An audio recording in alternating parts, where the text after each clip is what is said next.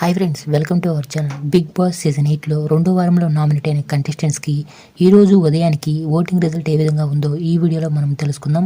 మీరు ఇలాగే ప్రతిరోజు ఓటింగ్ రిజల్ట్ లైవ్ అప్డేట్స్ కోసం మన ఛానల్ని సబ్స్క్రైబ్ చేసుకుని ఈ వీడియోని ఒక లైక్ చేయండి.